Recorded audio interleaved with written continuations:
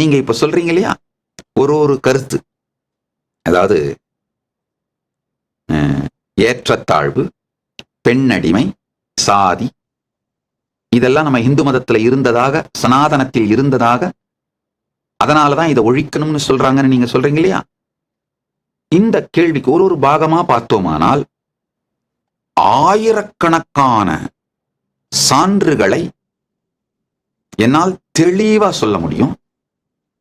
நமக்குள் ஏற்றத்தாழ்வும் இருந்ததில்லை, பெண்ணடிமைத்தனமும் இருந்ததில்லை, சாதியும் இருந்ததில்லை. நன்றாக புரிந்து கொள்ளுங்கள். நாம இதை டிஃபெண்ட் பண்ண போனாலே நாம தோத்துருவோம். முதல்ல உங்களை எப்படிலாம் பிரெயின் வாஷ் பண்ணியிருக்காங்கன்றத புரிஞ்சுக்கோங்க.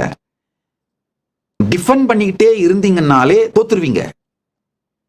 அந்த கேம், அதாவது நம்முடைய எதிரிகள் கேமை எப்படி டிசைன் பண்ணியிருக்காங்கன்னா, நீங்க டிஃபெண்ட் பண்ணலனாலும் உங்களுக்கு அழிவு, டிஃபெண்ட் பண்ணாலும் தோத்துருவீங்க.